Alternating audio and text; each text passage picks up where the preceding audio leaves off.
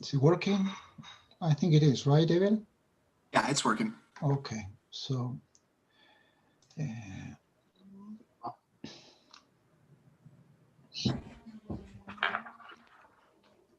vandaag problemen met de redden, want het is wakker.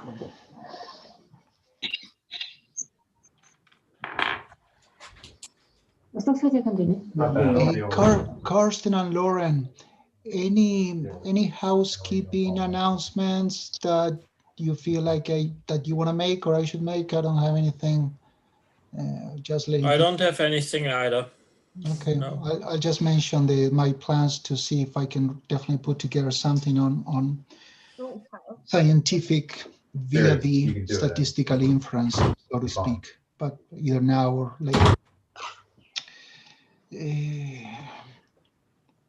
And it doesn't hurt to let everyone know that we're very excited that we have almost a full schedule for the spring, so that people can mark their calendars.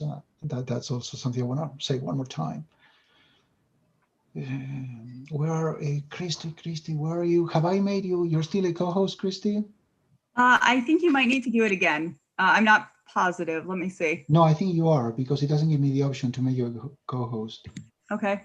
Are you? Yes, I am. please. I am. Okay. Yes. Eduardo, can you make me co-host as well? Okay, I'll make you Thank as well. Don't get jealous. I've made Karsten, but I'll make you as well. I mean, there's you. I love you both the same. Feel it, man. Chris Meyer, I've been meaning to say hi. I mean, you're here every week, and we haven't exchanged a word. Wow. It's been a long time, Eduardo. My goodness, I remember Claudia and I had just landed in the US, coming from Argentina, and like the first week of classes at UC Davis, we went on this retreat to Truckee, Tahoe. Mm-hmm. Yep, Dan remembers those days too. And they really got obsessed. So here were the Argentinians, they had bought all these tons of Oreo cookies, and Claudia and I had them for breakfast. And so we learned that you don't eat Oreo cookies for breakfast. Well, that's what you do in Argentina. So that stuck with me. Now I know that Oreo cookies are not supposed to be eaten for breakfast within a certain portion of the US community. Well, welcome everyone. So it's already 7, and I think we can slowly start saying a few nonsensical words to start calling your attention as we move into introducing our speaker today. Welcome everyone to our fine seminar. I'll start with quick announcements so to let people join us if they're a minute late. I was just telling Carson and Lauren, we were putting together, we're almost finalized with an amazing schedule for the spring. So we invite you to really mark your calendars. Things are going to stay the same. We will keep having the seminars at 11 a.m. on Tuesdays, New York time. We really have a fantastic list of speakers who will join us during the spring. So please mark your calendars. I will also, next week, there are no classes, so I'm hoping to make it a goal to decide what to propose to those who indicated an interest in finding space and time to talk about what I'm calling more and more, not statistics, but it's really more about how do we balance scientific inference and statistical inference. So it's much more than just that. So definitely not R. So having said that, let's go on to what we have, our menu for today. It is my real pleasure to welcome Christina Riehl, who will be talking to us today. Christy is an assistant professor in the Department of Ecology and Evolution at Princeton University in the US. She completed her college, her BA at Harvard, magna cum laude with highest honors in biology. You can make of that whatever you want, but I'm sure it was very good and impressive, the work she did. After Harvard, she went and did her PhD in the Department of Ecology and Evolution at Princeton. And then she went back to Harvard for a postdoc. And now, like I said, she's an assistant professor at Princeton. She's as a good fit for our series of talks as every single speaker. She's been working for many years since her PhD on issues of social evolution, primarily focused on cooperative breeding. And cooperative breeding, focusing on birds, but if you have checked her papers, you can notice that always keeping an eye on how other taxa inform our understanding of the many, many factors we need to consider in trying to understand cooperative breeding. And she does pay attention, and she does do research on issues of life history, behavioral biology, exploring also how kind of long-term, we're talking about how I don't like the long-term, we're gonna retire that, multi-decade research and multi-decade data sets on climate and environment can be used to provide additional sources of evidence for understanding the costs and benefits of cooperative breeding, parasitism. Do they happen because of through kin recognition? Do we have kin recognition in birds? All those things I'm sure are going to be important as she presents to us today. Very, very briefly, you know that by now I see all familiar faces. We're becoming this big unrelated family, maybe like the birds she studies. When we finish, we'll have questions and answers for an hour. We will take the questions with you typing a question mark in the chatting window. I'll try to keep the order in which you asked to pose those questions. And I think that's all I have. So with that, I very much welcome Christy. Thank you for joining us. And please take it from here. If you want to share your screen, we should be ready to go. Sure. Okay. Share screen, slideshow from beginning. Okay, let's see. Can you guys see that okay? Yes, but not like we, oh, now yes. I wanted to get, okay. I wanted to get what we got when we were practicing this. There you go. Right. All You yours. just never know with Zoom. It's always a challenge with Zoom. Well, thank you, Eduardo, so much. That was such a kind introduction, and thank you for inviting me to be a speaker in this series. You know, these things are they're so exciting because you feel like the stakes are set really high. It's like frontiers in social evolution. It's like, wow, I better think about the frontier. But you know, it's such an honor to be part of this group because just seeing the participants in this meeting, it's like a sort of, you know, this is your life. It's people I've seen at conferences over the years, people I've collaborated with, people whose work I've admired for ages and have never talked to. So I think this is a really special thing you guys have put together. And I hope that I can convince you that Anis, even though they're pretty odd, they have a pretty bizarre life history, they have their own lessons to teach us about frontiers in social evolution. I'll try to convey some of that today. So as Eduardo mentioned, I've been working with this species, the greater Ani, for a long time. It's not really long-term in the sense that Eduardo brought up in his talk a few weeks ago, because I've only been studying them for a little over a decade, and they live to be probably 15 or 20 years old. They actually have a pretty slow life history. They have low adult mortality. They're pretty long, they produce until they're 3 years old. So even though it's a sort of long-term-ish study, it's still not that long in terms of an Ani's lifetime. I'm getting some noise, some feedback. I wonder if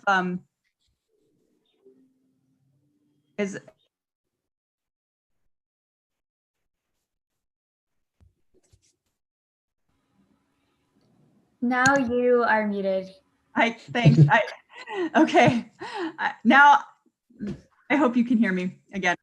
Okay, so what I want to talk to you about today is about some of this research I've done with Anis, and maybe put it in the context of what other speakers have been addressing in their talks. I haven't been able to participate in this group, and I'd like to because of scheduling conflicts, but I have watched those talks on YouTube afterwards. Christy, am I the only one getting poor sound? No, I'm hearing the same thing. Okay, let's repeat the last few seconds. They were not good, or something happened with your sound. Now you're muted.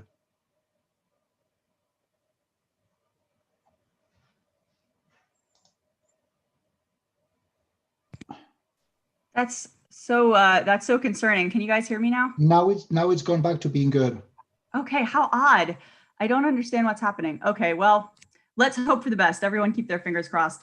Okay, so I've been really excited to see the parallels that have emerged over a lot of the talks I've seen in this series. And so I'll try to see along the way, but put some of this work in context with what the other speakers have been discussing. So right on. Sorry, Christy, but of course we will figure it out. We don't want to. We definitely want to hear you, and we're not. So it's like after a few seconds, you start coming clean, and then after a few seconds, we go back to having a lot of noises. Anything? How frustrating. Okay, let's see what I can. Let me try a couple of things. We were talking for 10, 15 minutes without problems. Yeah, this is so odd. I've never had this problem. Okay, I can try connecting through the audio from my phone if you think that would help. No, let's see. Okay, talk again. Okay, can everyone hear me? Yeah, right now we can. And Christina, the problem was sometimes we could see that you became muted. So there was a microphone with a line through it. And other times what happened was that your voice was breaking up. We could hear you, but your voice was breaking up. Oh dear, how concerning. I wonder whether it's having something to do with the screen sharing or the PowerPoint presentation. Let's see, okay. What I'm gonna do is close everything on my computer and restart the talk. Connected to Zoom. But and don't worry, we have time, so we'll figure them out. You're not the first one to have these issues, so and you won't be the last. So just take it easy. Thank you. Okay, let me close everything and try this again. Yeah. I've never had this problem over Zoom. We didn't know. I mean, so that people know, we meet with the speakers at 10, an hour before the seminar. We've been chatting and we tried and things work, and then they decide not to work. So don't buy Zoom stocks. See, I mean, they're way. Christina, one thing that I found works sometimes is not to use presenter mode. I find with teaching, sometimes when you use presenter mode, it freezes, and I have problems with the audio as well. It wasn't in presenter mode. Oh, okay. Let's see, hang on. Let's try this again, round 2. Okay.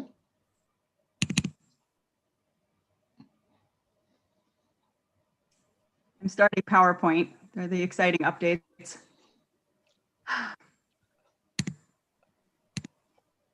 While Christina is trying to solve her problem, I have another problem. I cannot write anything on the chat. Is anybody else experiencing the same issue? Well, no, we censor you, Felipe. Okay, that's a good point. That's okay. That's okay. I understand. I mean, is it possible that when I muted everyone, I'm not kidding now, is it possible that when you mute people, you're also canceling their ability to... You were not muting everybody. Several microphones were still on. That's why I was going to write a note to say, hey, there are still many microphones on, and I couldn't do it. So it was not that point. And it says chat disabled. When you go into chat, it says chat disabled. Okay, let's see. I see. It looks like Tony wrote a message early on. Okay, let's wait with the chatting, guys. Let's go to the speaker. Oh yeah, now it's possible. Now it's possible. And we don't need to chat for an hour. So no, I know. I just let's go to the. I was taking advantage of the break. Yeah. Great, Christy, do you want to try again? Let's try again. Okay, how's the audio now? Coming good. Okay, fingers crossed, guys. We'll make this work. Okay, so to get back to Anis, so Anis they're sort of cooperative breeders, but they do it a bit differently from many species that we think of as cooperative breeders. So if you are familiar with the literature and invertebrates, birds, cooperative breeders are typically animals that live in family groups.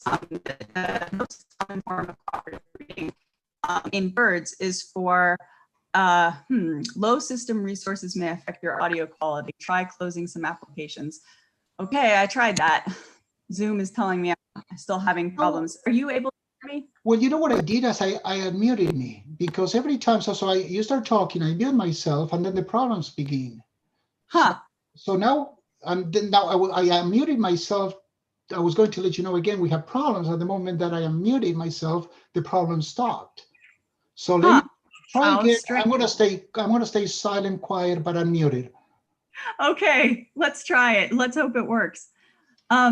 So most cooperative breeders live in these family groups. And if there are many really elegant, beautiful model systems in cooperative birds that have shown that these family groups often form when a pair has offspring, and those offspring, because of constraints on independent breeding or because of constraints on dispersal, instead of dispersing to an independent breeding opportunity, they stay with their parents and they help raise related nestlings. So these family groups really have sort of dominated, I think, the literature in cooperative breeding, at least in birds, to the extent where this is usually the term that people use when they say cooperative breeders, they usually mean in a family group. And these studies were really important. They were really foundational in demonstrating the importance of kin selection in cooperation, in demonstrating the importance of constraints on reproduction, in favoring the formation of family groups, in things like the importance of monogamy, in favoring high relatedness within groups that can lead to cooperation. But I think there are some other systems in birds that are also really interesting, that they don't quite fall under this framework, this model that we have for understanding the evolution of cooperative breeding in birds. But they have some interesting parallels. One of them is communal nesting. So this is my favorite communally nesting species that you're going to hear way too much about today. These are greater anis. So greater anis, they breed in groups like those other species that I told you about, but they're not family groups. These are groups composed of several different unrelated, socially monogamous pairs. So in these groups, there are several reproductive pairs that all contribute offspring to a mixed clutch, and they share parental care of the clutch. So these are probably not from the same sort of evolutionary origins as the family-based cooperative groups, which is something I'll talk about in a minute. But there, like I said, there are some interesting parallels. So if you think about the social system of greater anis in the sort of taxonomy of parental care strategies and mating systems that Peter Kappeler talked about a couple of weeks ago, that we've been using as a framework in this seminar series, greater anis are socially monogamous. So they're pair breeders. They have a strong social bond, and they're genetically sort of monogamous. I call them monogamish because about 90% of the nestlings are produced within the pair bond, but there are some extra pair copulations, mostly within the same social group, the same breeding group. They're communal breeders because they build a single nest. Each breeding group builds one single sort of big open cup stick nest, and all of the reproductive females in that group contribute eggs to the same clutch. And then they share parental care of the clutch. So they have cooperative parental care. The adult breeders in these groups are caring for their own offspring within the clutch, but they're also caring for the offspring of the other breeders that they're unrelated to. And interestingly, they can't recognize their own eggs and they can't recognize their own offspring, but each breeder in the group contributes about the same number of offspring to the clutch. So they have more or less equal reproductive shares in this mixed clutch, but they don't know who is who. So that probably helps maintain the cooperative parental care. You're caring for your own offspring as well as others, but you don't know which are which. When you watch these groups at a nest, they're really cool. The pairs often take turns doing things like nest building or incubation. This is a photograph from a motion activated camera at a nest showing one pair that's arrived at the nest. Here's a female sitting on the nest and her mate, the male, has brought her a green leaf to put in the nest. They'll work on the nest for a bit, then they'll leave and another pair will come in. So it's often actually hard behaviorally to tell how many birds are in a breeding group, because if you watch them in a nest, you see two come and two go. But they do have a lot of social interactions within the group, as well as interactions while they're providing parental care. This is another photograph of a nest with a clutch of nestlings that have hatched, and all four of the parents in this group have arrived at the nest simultaneously to deliver food to the babies. They're large insect specialists. They eat mostly big katydids, grasshoppers, cicadas, some small vertebrates. And during the non-breeding season, during the dry season, they eat more flowers and fruits and things like that. But during the breeding season, they mostly eat bugs. They are tropical birds. the greater ani is endemic to the New World tropics. Most of its breeding range is in South America in the Amazon basin, and it extends up into central Panama where I study them. And although they're tropical breeders, they do have a very strong annual cycle. They have a strong seasonal cycle. They breed in the rainy season, and their breeding period where they nest is actually confined to a relatively brief 2 to 3 month period of times in the middle of the rainy season. So after the food abundance has increased enough that they can raise young, but before the rains have gotten so heavy that it makes it hard to raise young and look for food.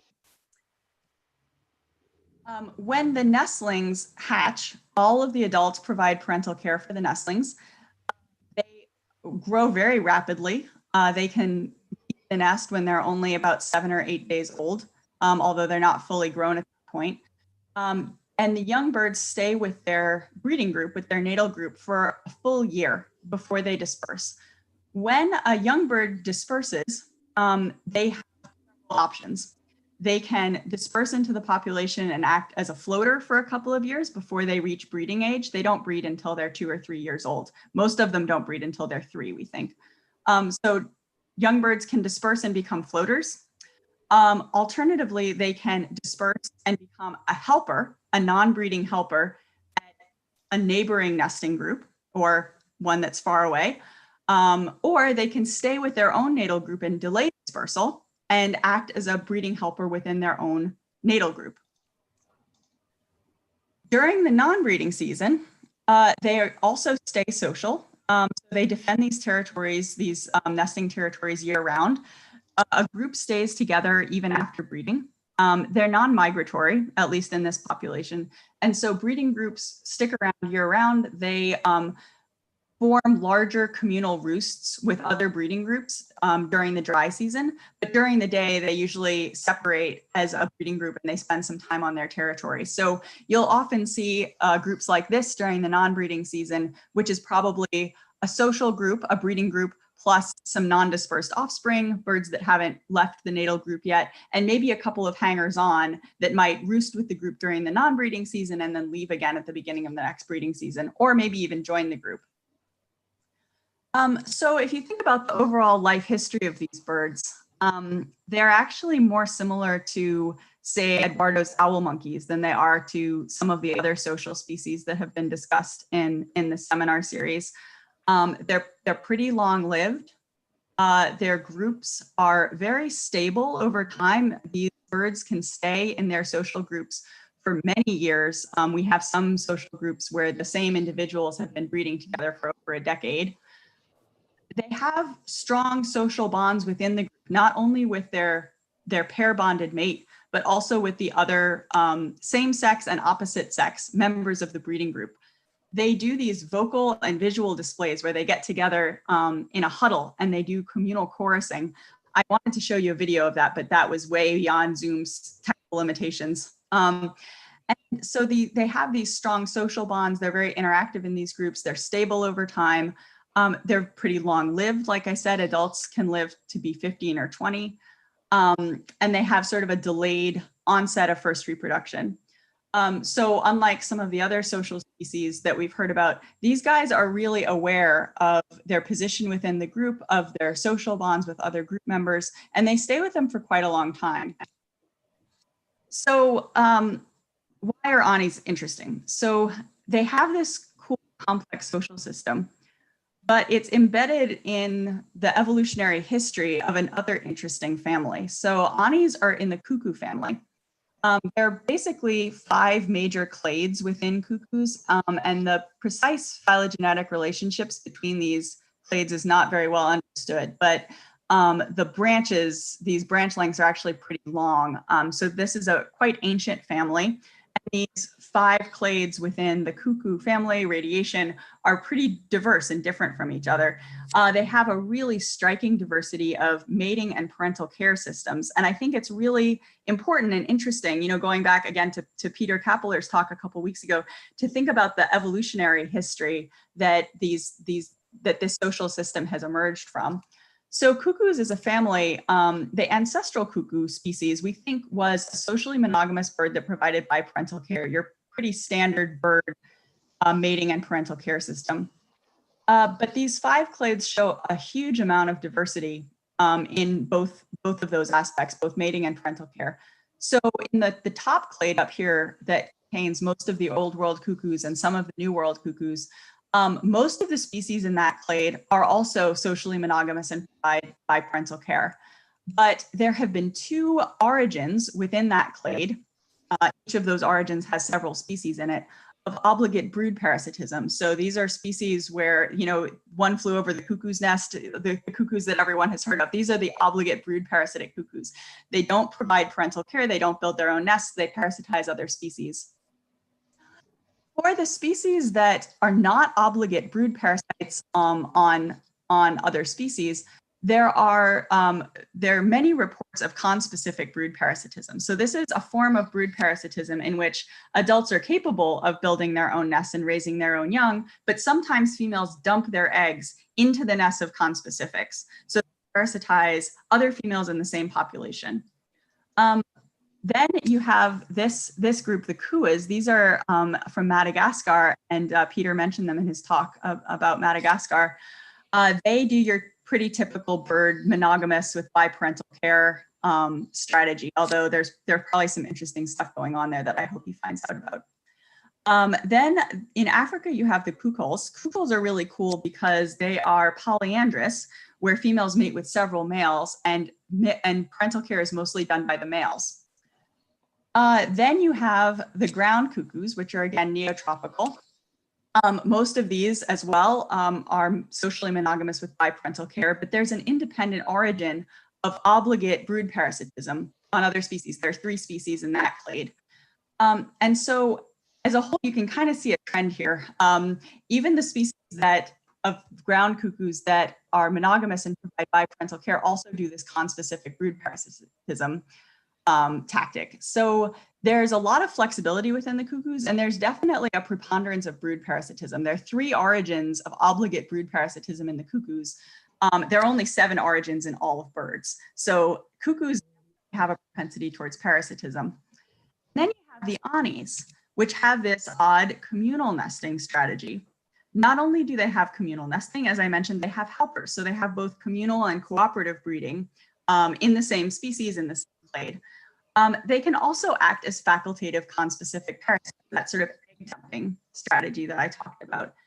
So this is kind of cool because one of the hypotheses, I think it's a very good hypothesis about the way this communal strategy evolved to begin with was through conspecific brood parasitism. And we often think of cooperative and parasitic strategies being really different. But I think if you really think about what's involved behaviorally, they're not so different, because both of these things, both communal nesting and brood parasitism, involve a female laying eggs in another female's nest. And the real difference is, does that female then leave and act as a parasite, so abandon parental care to the host female, or does that female stay and form a social group and provide parental care like we see in the anis? So with the anis, there's this interesting possibility to look at this variety of reproductive tactics, as well as sort of the evolutionary history of this group, and ask whether we can see linkages between these different breeding strategies. Are they driven by the same selective pressures? Do they emerge in the same contexts? I've been studying anis for, like I said, a little over a decade, and there are a lot of cool research questions we're looking at that I'm not going to talk about today. There are some involving the adaptations to living, having a complex social life, like communication between group members. How do you learn to recognize each other when you're not related? How do you recognize extra group individuals? The questions involved with these communal chorusing displays that I mentioned briefly. There are also interesting questions about how groups make decisions and how they divide labor within groups. These are questions that don't often come up when you're talking about kin-selected family group living. So cooperative breeders that live in family groups, there's usually a pretty strong dominance hierarchy where the parents, the breeders, are making the decisions and the helpers are kind of following. That's not the case in anis. There's a lot more opportunity for conflicts of interest between members of these breeding groups since they're not related. And there are also sort of classic behavioral ecology questions about intergroup competition and territoriality, some of which I'll talk about today. But what I really want to focus on is really all the different ways there are of being an Ani, and why are there so many ways of being an Ani? Because if you think about it, these are birds with a lot of reproductive options.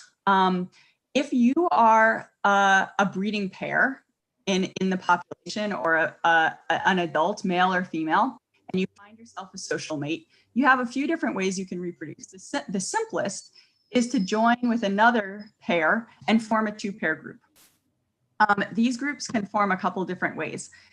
You can either find another pair and together as a group establish a new breeding territory, or you can replace a breeding pair in an existing group, or replace a breeding individual in an existing group. And we see both of these routes to group formation in the Ani population. Or you could join an already existing two-pair group and form a three-pair group. In greater Anis, theoretically, I suppose you could have a situation where three pairs came together and simultaneously sort of decided to establish a new nesting territory. But in the population, what we actually see is typically these three-pair groups form when a third pair joins a group of two pairs that already has a breeding territory. But that's not the only thing you could do. If you're a lone bird, say if you're a young bird that hasn't dispersed yet, you could join your natal group and become a related helper. So I mentioned that this is sort of the classic route to cooperative breeding in birds. But that's not all. You could do something else. You could disperse to another group and be an unrelated helper there. So these helpers are pretty interesting because they're not, sort of by definition, they're not breeders. They're not breeding in the group. They don't have a social mate. And they have no direct genetic contribution to the communal clutch. So they're not reproducing in the communal clutch. The related helpers do have some indirect fitness by helping, because if they're related to one of the breeding pairs, they're related to at least some of the young in this clutch. But the unrelated helpers have no genetic interest in the clutch, either directly or indirectly, which makes them quite interesting. And that's not all. As I mentioned, greater Anis, like most of the cuckoos, also can be parasitic. And so there is a facultative parasitic strategy where females can also dump eggs in the nests of communal groups, but not provide parental care. So it's a pretty complicated palette of options you have here. One option that greater Anis don't have, apparently, is to breed alone. So greater Anis are obligately communal, at least in the population where we study them, which is the only population that's ever been studied. We've never seen a lone pair try to nest without group members. So lone pairs don't even build nests. The only time we ever see a group that only has one pair is if a two-pair group experiences predation, or if a member leaves something. You have a two-pair group that temporarily becomes only one pair, and they don't stay like that for long. When that does happen, these open vacancies or these breeding positions are filled very quickly. So I think that, you know, this system really provides some interesting opportunities to ask why there's so many different reproductive options, why there are so many ways of being social in Anis.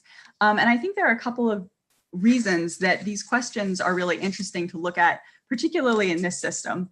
You know, one thing that I've been thinking about a lot recently is whether there's really an optimum strategy here. Like, is there really an optimal group size, or, you know, are these sort of different options, these different group sizes, really reflective of trade-offs, where maybe there are costs and benefits that kind of balance each other, that are different in groups of different sizes.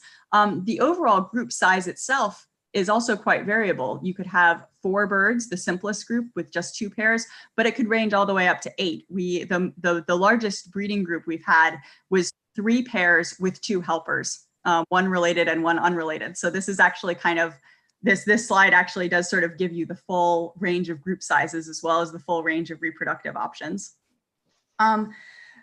These different trade-offs that might govern the distribution we see in the population of group sizes, as well as the choices of individuals of which of these tactics to pursue at a given point.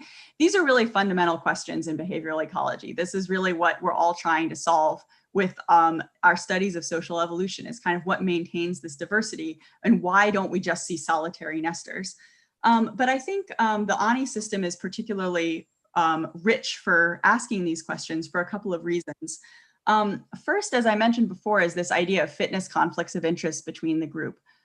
So because they're not genetically related, you could imagine there could be like a lot of incentives for cheating behavior or manipulative behavior or parasitic behavior, right? Because there's really no indirect fitness benefits from being in these groups. But at another level, I think cheating is actually very constrained, because the fitness interests, at least of the breeders, are really closely aligned in these groups. If you're breeding obligately with an unrelated pair and you can't recognize your own eggs, your own nestlings, your fitness is kind of tied 100% to theirs. It's impossible for this pair to do really well if this pair doesn't also do really well. So even though they're unrelated, their fitness interests are sort of forced into alignment by this communal breeding strategy.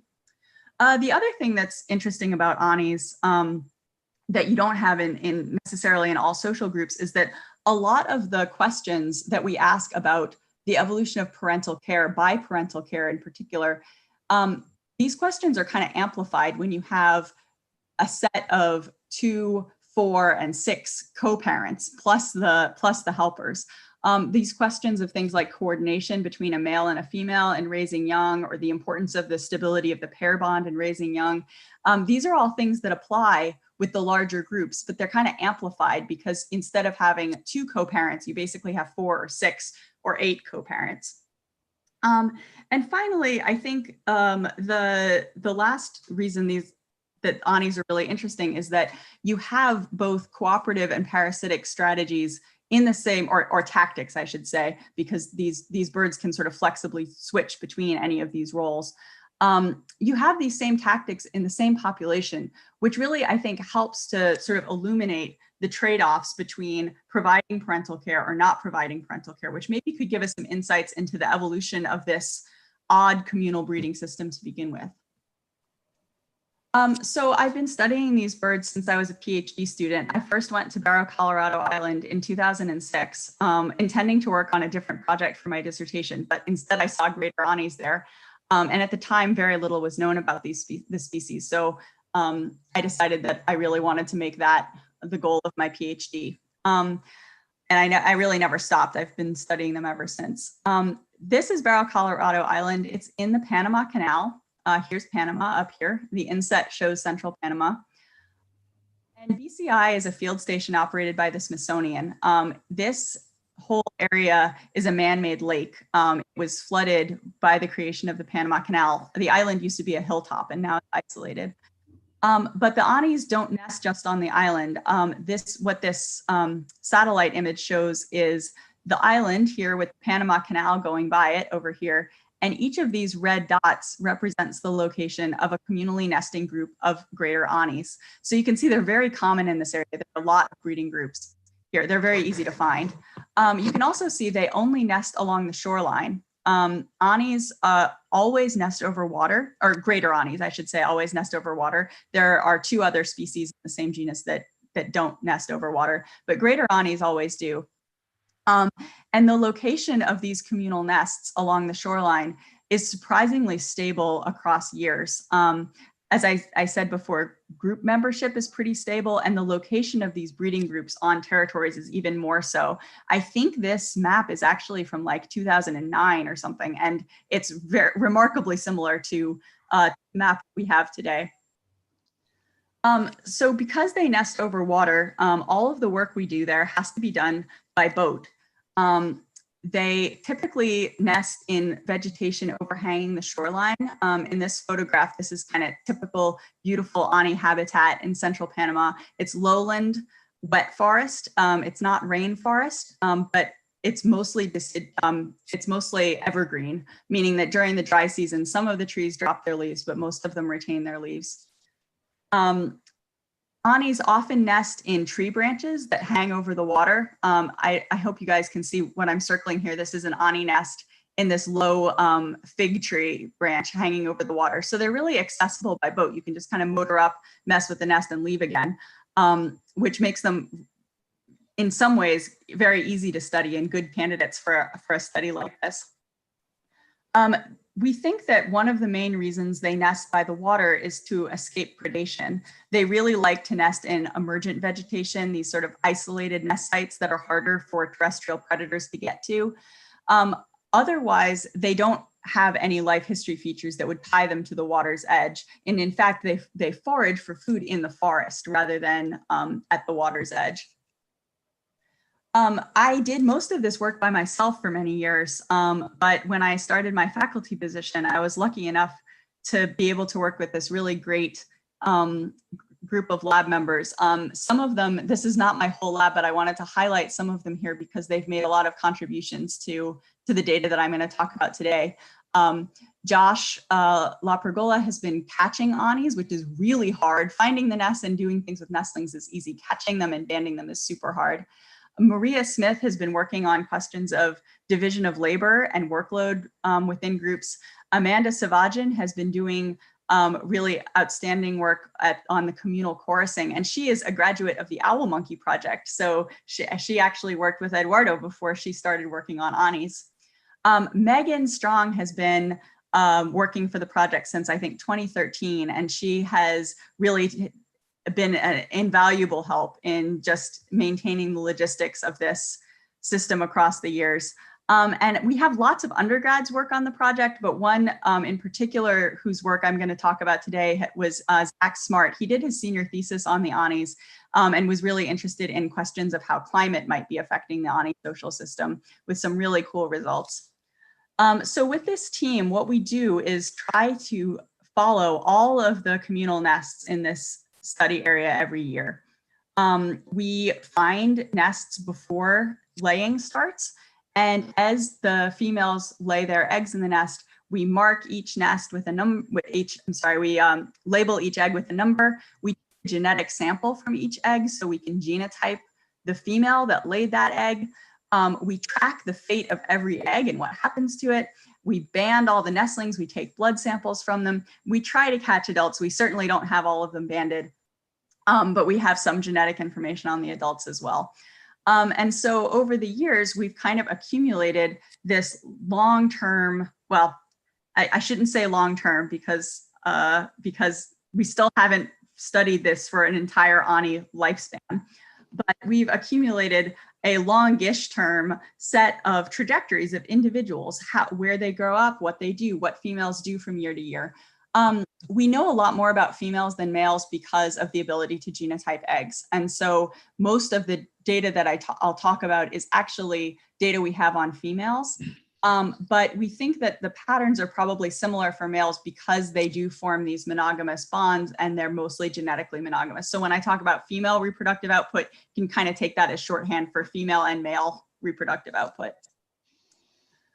So I think one of the reasons that communal nesting hasn't gotten as much attention as family-based kin cooperative breeding in birds is that there's this idea that helpers are really the ones making sacrifices. That if a system is truly cooperative, you know, these helpers are sort of foregoing reproduction to help others reproduce, and that's an altruistic strategy that's really a paradox we need to explain. Whereas communal nesters, it's not so much of a paradox, they're all breeding, the sacrifices aren't that great.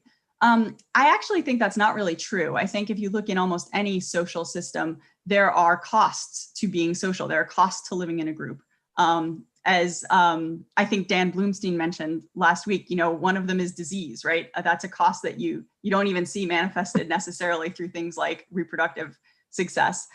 But in greater anis, there are some real costs to social nesting. And so what I'm going to do is kind of walk you through the costs and benefits of social breeding and look at how those play out with respect to group size and this question of 2-pair groups, 3-pair groups, helpers, and parasites. So this is a greater ani at a nest. This, you can see the nest is in a clump of reeds over water, and the camera is kind of looking down into the nest. Oops. And what's happening here is that a female is at the nest and she's arrived and she's looking at an egg in the nest. but it's not her egg. This is the egg of another female in the group who's already started laying. And in greater anis, one of the main costs of breeding in one of these groups is that the females do compete with each other for reproduction within the clutch. And they do this primarily by ejecting each other's eggs from the nest, but they only do it before they've laid their first egg. I'll explain that in a minute. So this female hasn't laid yet, but she arrives at her nest, her group's nest. She sees an egg in it. It's not her egg. It's the egg of another group member. And what she does 100% of the time, you can film lots of ani nests, you'll always see the same thing, is she pulls the egg out of the nest until it sits on the nest rim, and then she pushes it over the side of the nest. If we weren't on Zoom, I would show you a video of this happening, but since we're on Zoom and we can't do this, I've just shown you sort of a sequence of still photographs that shows the sequence of behaviors that leads to this egg being ejected from the nest. If this is sounding familiar to some of you who know brood parasitic cuckoos, this is very similar to what brood parasitic cuckoos do when they go to lay an egg in a host nest. Sometimes they grasp the egg with their bill and they fly away from it. With the ani, their eggs are too big to do that, so they roll them out instead. So ejection in anis is highly predictable. It always happens at the beginning of the laying sequence. From the perspective of a female ani, you can imagine that it's basically always adaptive to eject an egg in the nest if it's not your own, because if you didn't do that, another female could start laying a whole bunch of eggs and could accumulate a lot of eggs in the clutch before you have the opportunity to lay your own first egg. So what happens in anis, and this is a pattern that was first described by Sandy Varenkamp in groove-billed anis, but greater anis do exactly the same thing, is that a female lays an egg. Let's say she's female A, she goes first. But in this group, if there are two females, for example, female B hasn't laid her first egg yet. So female B will push that egg out of the nest 100% of the time, just like that series of photographs I showed you. But once B has laid her own first egg, now both A and B have started laying. And at this point, neither female ejects eggs because once they've started laying, there's a risk that if they continue to eject eggs, they might start ejecting their own eggs. Remember, they don't know whose egg is whose, they can't recognize eggs. But it's more likely that there's kind of a physiological switch at this point, where instead of removing eggs from the nest, once they've started laying and they're reproductively active, at that point, they want to start taking care of eggs rather than getting rid of them. It's almost like with hosts of brood parasites, they'll usually accept parasitic eggs if the egg is laid after they start laying, but they'll usually reject them if the parasite lays before the host has started laying. And there's very similar dynamics going on here. So once both female A and B have started laying, then they're all fine. They can keep laying and the clutch can accumulate in the nest with no more egg ejection. Anis, like all other birds, can't lay a whole bunch of eggs at once. A female can't lay 5 eggs in a day. They're sort of constrained by their physiology to lay 1 egg every day, or in the case of anis, because they lay particularly large eggs, each female lays 1 egg every other day. So frequently with these groups, you'll see females B and A laying eggs on alternate days until both have completed their clutch. Once the clutch is complete, then they can start sitting on the eggs and incubating them, and then the eggs hatch. Great. But there are complications. One complication is that sometimes female A starts laying quite a bit before female B is ready to start laying. So if female A lays 2 or 3 or 4 eggs before B starts laying, all of those early laid eggs will get ejected. Once female B starts laying, they're all fine. Gets even worse in larger groups. So imagine you have not just females A and B, but also a female C. Now, all these eggs get ejected until female C starts laying, because as long as there's still one female in the group who hasn't laid an egg yet, she will continue to remove the eggs of her fellow group members until she's ready to start laying. So this pattern of egg ejection, like I said, it's very stereotyped, it's very repeatable. It happens at every communal nest. And it has 2 equally predictable consequences. One is that it actually forces the females to be reproductively synchronized. They have to start laying at more or less the same time, or else these costs of egg loss start mounting. there's no way for female A to start laying significantly earlier for female B, because all of those early laid eggs will just get pitched out right away. The other consequence is that it really equalizes reproduction among the females. So I mentioned at the beginning that all of these breeders contribute more or less equally to the clutch. Reproductive skew is extremely low, like almost unheard of in cooperative breeders. You can see how that equality emerges if you look at these patterns. Once all of the females have entered the laying sequence, they're constrained to just laying at regular intervals once every other day. And females can't really continue to lay eggs far beyond when anyone else is finished, because once a female stops laying, once she's finished her clutch, she'll start incubating. And that really kind of puts a hard limit on how unequal these clutches can be. So early in my PhD, I did a lot of work looking at intra-group dynamics between these females, like why, who is this unfortunate female A? Why is she paying the cost and not female B? And interestingly, there's really no traits of females that predict whether they go first or second or third. It doesn't depend on any of the usual culprits like female body condition or body mass. There's no dominance hierarchy in these groups, so it's not like subordinates are going first or anything like that. And in fact, if you follow the same groups over time, their position in the laying order for a given female changes across nesting attempts. So you might be female A this time, but next year maybe you're female B or female C. And it's completely unpredictable with how long they've been in the group or their age. And in fact, they typically start laying so close together that I'm not sure they really have a lot of control over who's actually laying the first egg in the nest. As a result of the sort of unpredictable nature of the position in the laying order, these costs really equalize among females in the group over time. So if you look at one nesting attempt, yes, female A is paying a big cost to go first. She's losing those early laid eggs. But if you look at it over 5 or 6 years, everyone winds up paying those costs eventually. No female is exempt. No one has figured out how to always be the last laying female. There are some cool adaptations to this predictable egg loss. The first laid eggs do tend to be smaller. They're still fertile, they're still viable, but they are a little bit smaller, especially for first laying females, which I think shows that there are some constraints over this. This is not cost-free. There's an energetic cost to laying these eggs, and selection has favored, slightly smaller eggs that are unlikely to survive these first lay eggs. So if you look at group size, egg ejection is a major cost of living in a larger group. So as I mentioned, egg ejection goes up in larger groups because you have to wait until all of the females have entered the laying sequence before any of the eggs actually remain in the nest. We actually do not see groups with just one laying female in our population. These really don't exist, but you could imagine that theoretically, a female nesting alone shouldn't lose any eggs to ejection, whereas a female nesting in a group of 2 pairs or 3 pairs does. It goes up significantly when you go from 2 to 3. And again, these are sort of total costs for the whole group. More eggs are ejected in large groups, and these costs are borne disproportionately by the early laying females. Also in our study population, we very, very rarely see groups with 4 laying females, and this may be one reason why. We've had it happen about 3 or 4 times that 4 females started laying in a group, but actually didn't stay with the group, probably because these early laying females lose several eggs to ejection, and at some point they get fed up and they leave the group.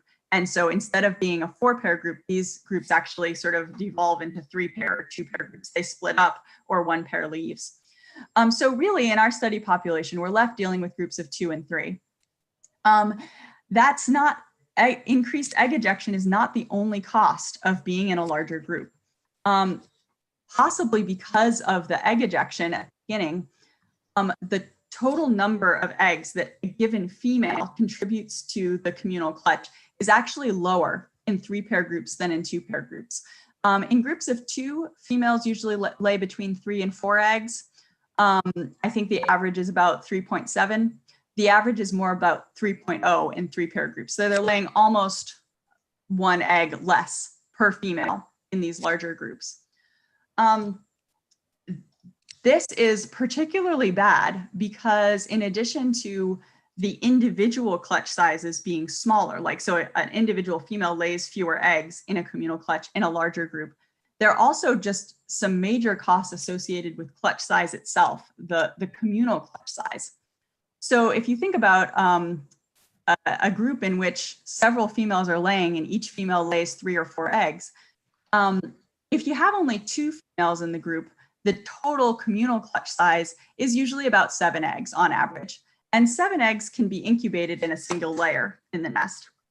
That's good for the eggs to all be in a single layer. They all get the right amount of heat. They can all hatch at the same time. It's all perfect.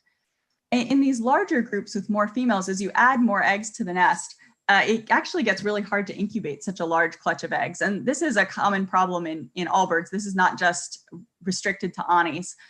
In these larger clutches, we see higher rates of hatching failure. So quite frequently in these clutches of 9 or 10 or 11 or 12 eggs, a couple of eggs fail to hatch altogether, probably because they haven't gotten sufficient incubation. And there's also increased hatching asynchrony. So instead of all of the chicks hatching on the same day, some hatch earlier than others. And that causes these competitive asymmetries between the nestlings that really exacerbates competition between nestlings in the group. With more hatching asynchrony, you see more starvation and you see more infanticide. This is when adults kill nestlings, and it seems to be directly related to hatching asynchrony. So basically, things start to break down when you get these larger clutches.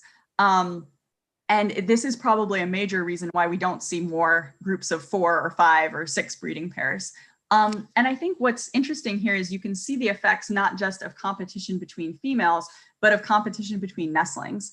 And so both of these forms of competition really reduce a breeder's reproductive output in a large group. So all else being equal, that really solves none of our problems. It shows that there are costs of breeding in a large group, but it doesn't tell us anything about why these large groups exist. If all else were equal, you'd expect that females shouldn't be breeding socially at all, but all else isn't equal. The other thing that really limits female reproductive output is predation. So most nests don't fail because of competition. They don't fail because of starvation or hatching asynchrony or any of the rest of it. Most of the time when anis fail to live to adulthood, it's because they were eaten. And most of nest failure is caused by predators. I've just highlighted a few of the more common ones in our study area. Snakes, monkeys, and raptors, birds of prey, are the most common nest predators. About 77% of nests that fail to fledge offspring fail because they're depredated. Interestingly, the remaining 23%, most of those additional failures are actually caused by competition between groups. This is something I'll talk about a little bit later. Sometimes ani groups destroy each other's nesting attempts. And so, you know, they're kind of stuck between a rock and a hard place. If the predators don't get their nests, other anis do. So the interesting thing about nest predation is that it's such a strong influence on female reproductive output and male reproductive output. Like I said, I'm sort of using female as a shorthand for adult breeders in this population. And like in many social species, there's a very strong effect of nest predation risk and group size. So as you add additional birds to the group, the risk of nest predation, the proportion of nests that are actually depredated, goes down almost linearly. It's a pretty sharp effect. What I'm showing in this graph are just raw data.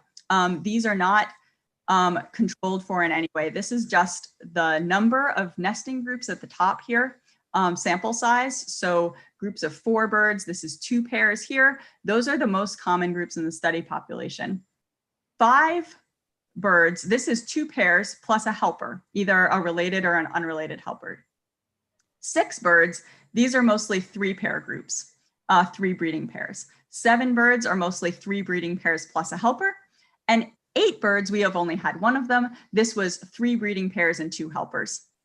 So the proportion of nests that are depredated in each of these categories, like I said, there's a pretty strong effect of group size. These are just the raw data, but they hold up even when you do proper statistics and you look at things like repeated measures of the same group over years and things like that. You can control for some aspects of territory quality and things like that. We still see this strong effect of group size. So what's interesting about this is that when you look at the overall reproductive success of breeders in these groups, you can really see these trade-offs between the costs of increased competition as you add breeders, but also the benefit of having more birds in the group to defend against predators. I think most of the effects we're seeing here in this graph I showed you before probably have to do with just having more eyes and beaks and wings to fight off nest predators when they approach the nest. I can talk a little bit more about that later, but it really seems to be just an effect of the sheer number of birds that are around to defend the clutch. So these trade-offs between increased competition in groups, but also increased benefits to predation are really clear if you look at the overall per capita reproductive success of breeders. So this is how well is a breeding bird doing in a group with 2 pairs, 3 pairs, etc. This is not including helpers. So this is the per capita reproductive success of breeders. Helpers aren't reproducing in any of these groups. So the direct fitness of helpers in any of these groups is pretty much always 0. But what you can see is that if you're a group of 2 pairs, you have pretty low overall reproductive output. This is the number of offspring fledged on average, plus confidence intervals. For those 217 2-pair groups, on average, they fledge about half a chick each adult. If you add a helper, it gets way better. If you go from 4 birds to 5 birds, if you add a helper, it goes up. And that's because adding a helper means you get the additional advantages of having more fence against nest predators, but you're not paying the additional costs of having another breeder to compete with in the group. Where do those costs come in? Well, look at what happens if you're in a group with 3 pairs. Here you get the advantages of having better predator defense, but you have these large increased costs of competition within the group, both of competition with the other females in the group, as well as competition between the nestlings in the larger clutches. If you add a helper to a group of 3 pairs, it gets better again, because once again, you're adding the benefits of nest defense without adding the costs. We only have one group in this category, but you can't really conclude much from an n=1. So I won't talk too much more about this one group, but it is kind of interesting that if you have 3 pairs and 2 helpers, everyone does pretty well for that group. So overall, the per capita reproductive success of breeders does go up with group size, but this effect is due as much to helpers as it is to breeders. So if you just look at breeders themselves, if you control for the effect of helpers, actually there isn't a big advantage in being in a 3-pair group or in a 2-pair group. And in fact, it's a little perplexing. I looked at this result and I found it like deeply, deeply unsatisfying, because you have on average about equal reproductive success in a group of 2 versus a group of 3. If anything, maybe you do a little bit better on average in a group of 3, but most of the groups in the population are only 2 pairs. 3-pair groups are relatively uncommon. And this distribution in group sizes has been consistent across years. We always see about 80% of the groups in the population being 2 pairs and about 20% of 3 pairs, regardless of what's going on with the helpers. So for a long time, I thought that, okay, well, why are 3-pair groups relatively uncommon if they're doing as well or better than groups of 2 pairs? And for a long time, I thought this must reflect the hidden costs of egg ejection, that what this isn't showing you is the fact that the females in these 3-pair groups actually had to lay more eggs to get this amount of reproductive success than the groups in these pairs, because more of the eggs of these females were ejected. So I thought there must be some, really important but hard to pin down physiological costs that accrue to these females over years. And I still think that's true. I don't think that losing these eggs is cost-free. It probably does affect their lifetime reproductive fitness, but they live to be 20, and that's a very hard thing to pin down in a population of long-lived animals.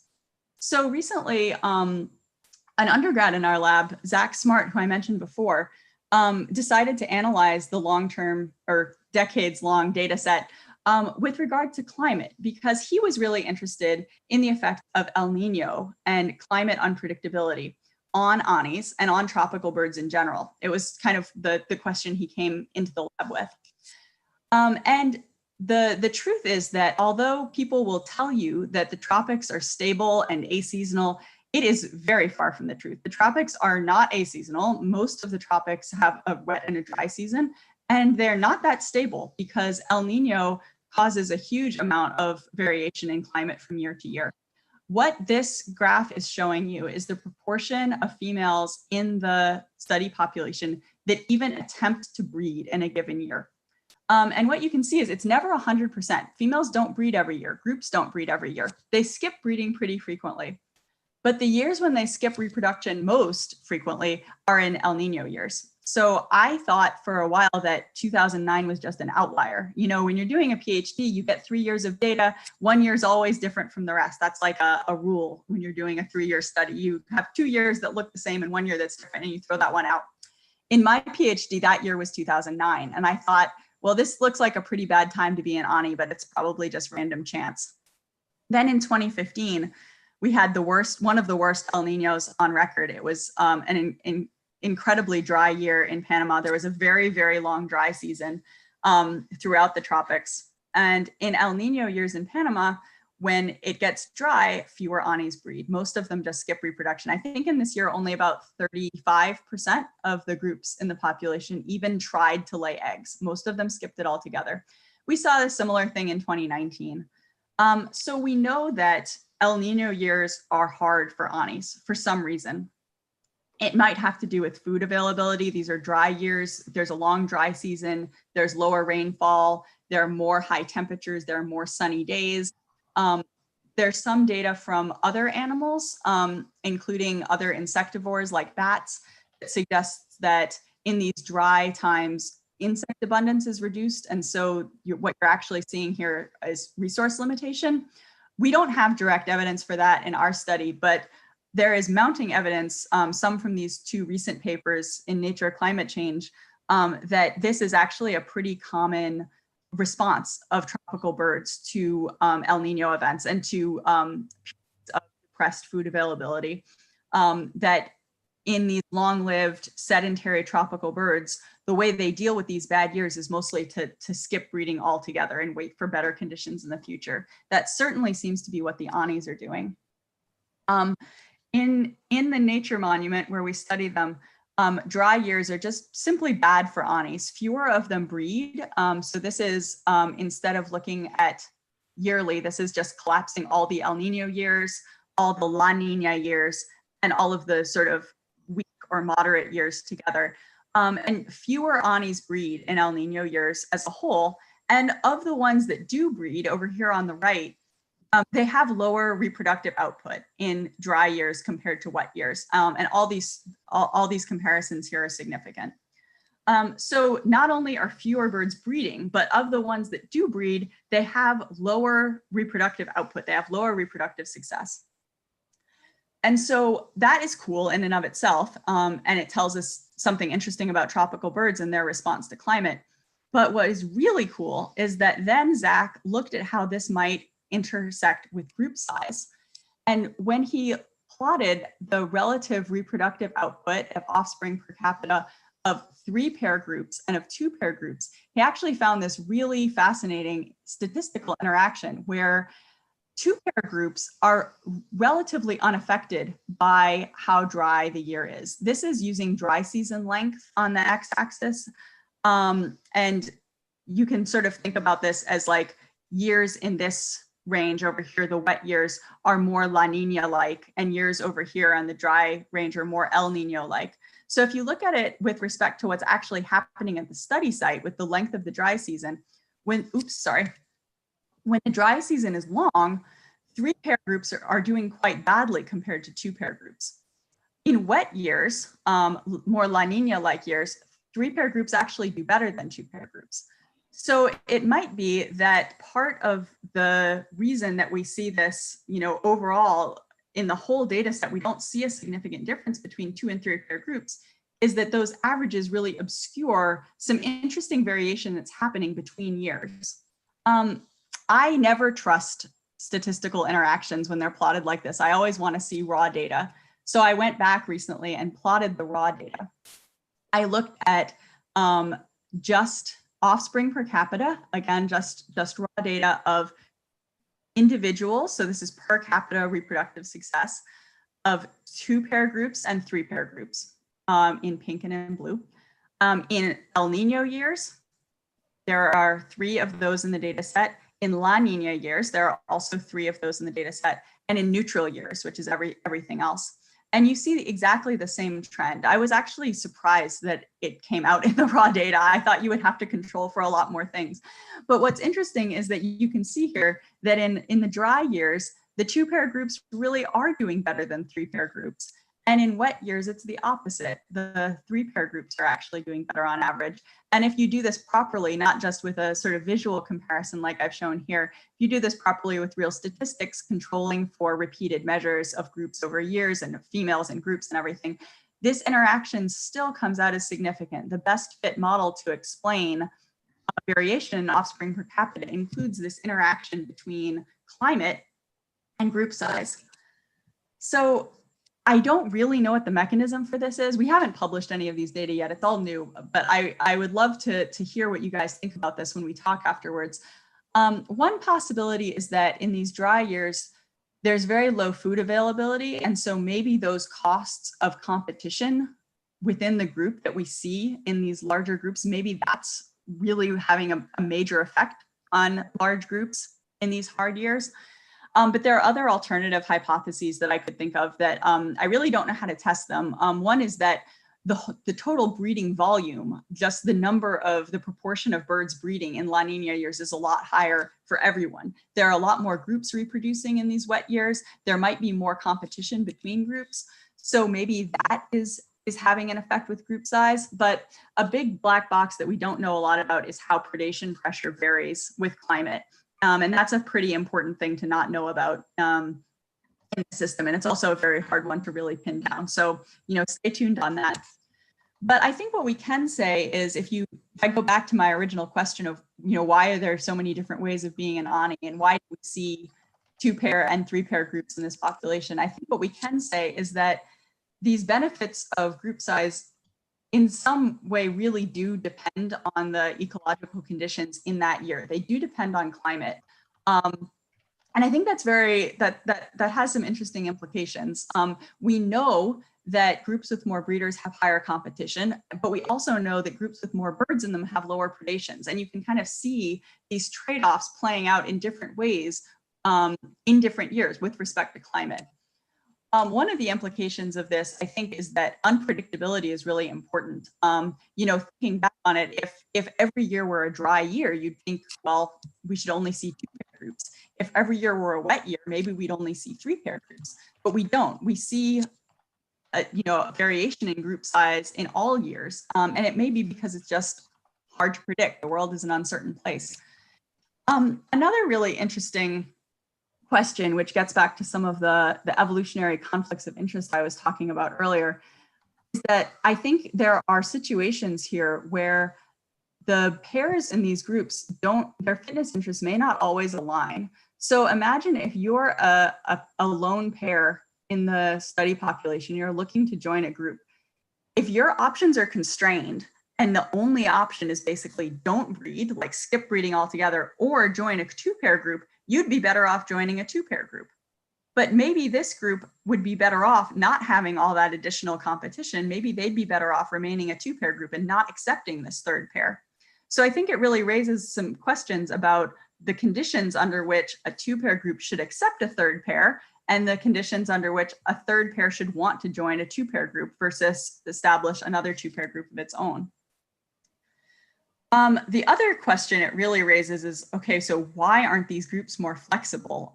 If I, look at this interaction, I look at this effect and I say, okay, well, in a dry year, I would want to join a 2-pair group. And in a wet year, I would want to join a 3-pair group. So why don't we just see the distribution in group sizes shifting? Why don't we just see dry years being all 2 pairs and wet years being all 3 pairs? Well, I can't answer that for sure, but what I can say is that groups are not flexible at all. They're not fluid. These are not fission fusion groups by any means. Actually, it seems like membership in these groups is pretty constrained. This photograph was taken by another one of our wonderful undergrads, Luke Krebia. He took photos of this pair at a nest. This bird is banded, and the photo was taken in 2017. It's been sitting on this branch pretty much since 2007.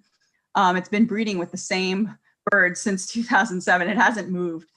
So, you know, they really are not moving flexibly between groups. We didn't intend to ask this question in the context of climate, but we have also, you know, through studying these birds for so long, we've seen that groups are pretty stable and group sizes are pretty stable. On average, a group occupies a territory for 7 or 8 years. It can be over 10 years. Females change groups only a few times in their lifetime. The average female changes groups just once every 4.5 years. That's probably 2 or 3 times in a reproductive lifetime. And over 10 years in the population, most of these groups have experienced some change in membership, but only a quarter of them changed in size, overall size. So you could have a group on the same territory. 10 years later, it's still 4 birds on the same territory, even if the identities of those individuals have changed as some breeders leave or die and are replaced by new birds. We also know that there are some advantages of stability in group membership that seem to be mostly related to the advantages of being familiar with your group members. Remember, these birds are basically co-parents. They're all contributing to reproductive care in the group.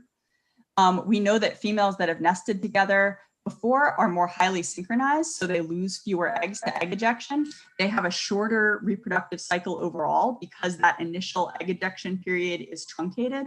So they have higher reproductive success because predators can't have less time to find the nests.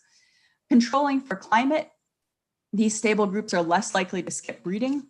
And when it comes to intergroup competition, which I mentioned briefly before, stable groups are better able to evict competing groups that try to nest nearby than unstable groups are. So there's some advantages to group stability. And again, I don't really know why group size is so constrained, but we've had some really cool accidental experiments that have really shown me just how limited these birds' options really are for establishing new groups. So I mentioned intergroup conflict before. This affects about between 16 and 20% of nesting groups. And what happens is that there's a nice group of eggs getting incubated, and then one day you go to check the nest and all the eggs have been ejected from the nest. This is very different from the ejection that happens within the group. This happens when extra group individuals come to the nest and they throw all the eggs out of the nest. And it typically happens when 2 pairs try to nest close together. But one of our undergrads, Danielle Olmsted, did a experiment where she put out fake Ani nests. She made fake nests out of twigs and fake eggs in the nests, and she put them out. She was not trying to look at intergroup competition. She was trying to get nest predators to come eat the eggs. Nest predators didn't care about the eggs, but other Anis really cared about the eggs. So instead of capturing nest predation on camera, what she actually captured was intergroup conflict, where resident Ani groups, sometimes in a matter of hours, found these fake nests, came and ejected the eggs from the fake nests, even though in some cases they were a few hundred meters away from the residence group nests. So that really kind of opened my eyes to the fact that you can't just up and start a new group just anywhere. These breeding positions might actually be pretty hard to get. At this point, you're probably wondering what's going on with the helpers, because the helpers, like I said before, have no direct fitness in the group. We actually know very little about the helpers, so I won't go into this in any amount of detail. What we do know is that both related and unrelated helpers are common. Overall, about 20% of groups have a helper. Of those helpers, it's about 50-50, maybe a little bit more common to have unrelated than related helpers. And a really interesting pattern we've seen is that the related helpers are predominantly male. And this is common in birds because in birds, males are the sex that typically are philopatric and females are the sex that disperse. So it's not too surprising that we see mostly male related helpers. What's interesting though, is that the unrelated helpers are mostly female. It's the opposite pattern. I think we've only had a couple of unrelated helpers that we confirmed were male. And I think what's going on in some of these cases, and this is mostly just circumstantial evidence, I don't have real good numbers for this, is that in some cases we've seen these unrelated female helpers actually join the group as a breeder in future years. So they might be kind of hanging out waiting for a breeding vacancy to open up in these groups. That never happens with the related helpers. The related helpers almost never actually stay on as breeders in their natal groups. So these guys probably are doing your more typical cooperative breeding strategy in birds where they're helping to raise young that are related to them while they're waiting to disperse to a better independent breeding position. But what about parasites? So what's going on with the parasites? So parasites are really interesting. I realized almost at the beginning that nests were being parasitized by extra-group females because we're able to genotype the identity of the females that laid the eggs in these communal nests. It's quite widespread. It's only a small percentage of the eggs, but it affects about a quarter of all the nests in the study area every year. And parasitism, although it's common, it's kind of a conundrum because although it's common, it's rarely successful. Parasitic eggs tend not to survive. They're often laid at the wrong time relative to the host group. So sometimes they're laid too early and they get ejected from the host group. Sometimes they're laid too late and they don't get enough incubation and they fail to hatch. And so it's definitely, if you look at the sort of the per egg basis, it's definitely not the best way of raising young. They're not terribly good at being parasites. So we wanted to ask why then do they do it? And because we have this 10-year data set of individual females and their reproductive histories, we could actually look at the identities of those females acting as parasites and ask what their circumstances were and under what circumstances they parasitize relative to females that breed communally. And interestingly, we looked at 65 parasitic eggs that we were able to genotype the female that laid them and also track that female to her role in the study population, when she bred, who she bred with, and things like that. And interestingly, none of these females are really specialized parasites. None of them do it as their first option.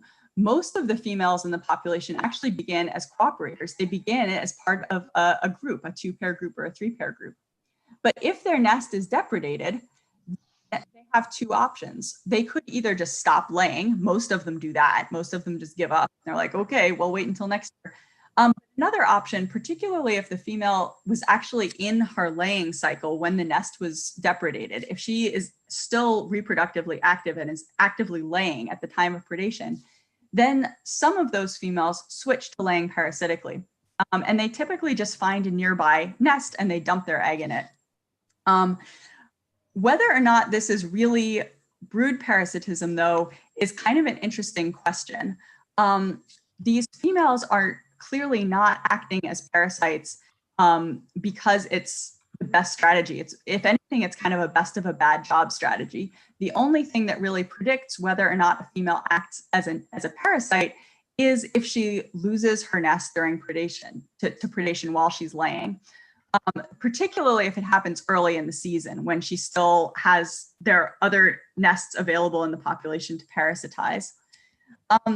And as I said, they're not particularly good at timing their parasitic laying. The only predictors of whether or not a nest gets parasitized by an extra group female is whether or not they're close to another nest that's been depredated. So I think this is really showing that these parasites don't have excellent options compared to nesting communally, and it's probably because their clutches are so big. If you're a member of a breeding group, you can lay 3 or 4 or 5 eggs in a clutch, no problem. If you're a parasite, finding 3 or 4 or 5 nests to parasitize successfully is actually pretty hard, especially given that these groups defend quite aggressively against extra group individuals. So one interesting twist on this is that some females consistently parasitize after their nest is depredated and others never do. So you can really look at sort of the benefits overall of being a cooperative female who subsequently parasitizes or being a cooperative female who subsequently doesn't parasitize. I sort of refer to these as pure cooperators versus a mixed strategy, but that's really just kind of like a shorthand for really what these females do following nest loss due to predation.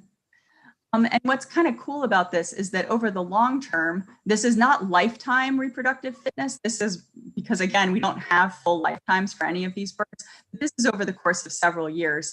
Over the long term, it doesn't really matter if you parasitize or if you don't. They have about equal total reproductive output. And the reason for that is that these birds who are nesting just in cooperative groups who don't parasitize afterwards, on average, they tend to lay slightly larger clutches than the birds that do subsequently act as parasites. So what this figure is showing in gray here, this gray bar, is showing the number of eggs that a female lays when she's cooperative, and then in blue, the number of eggs that she lays when she's acting as a parasite. And so even though these females wind up laying more eggs overall, because those eggs have lower survival rates, it kind of winds up washing out in the end to being more or less equal. So I think that's really interesting because, first of all, it just shows how difficult it is to be a parasite. It's not actually that easy. And it also shows that, you know, there's really no such thing as a free lunch. These females that are acting as parasites are laying smaller clutches when they're cooperative, which I think maybe indicates some physiological and life history constraints over the number of eggs that a female can lay in a season. It's not infinite. I realize that we're kind of running pretty late here because of all the technical difficulties in the beginning. So I'll just finish. I'm almost done. I want to make sure we still have lots of time to talk. But I'll just finish by really asking about these so-called parasites. So you could imagine with anis, as I said before, really the difference between being a cooperative or a communal nester and being a parasite, it doesn't have to do with where you lay your egg. It has to do with whether or not you provide parental care afterwards.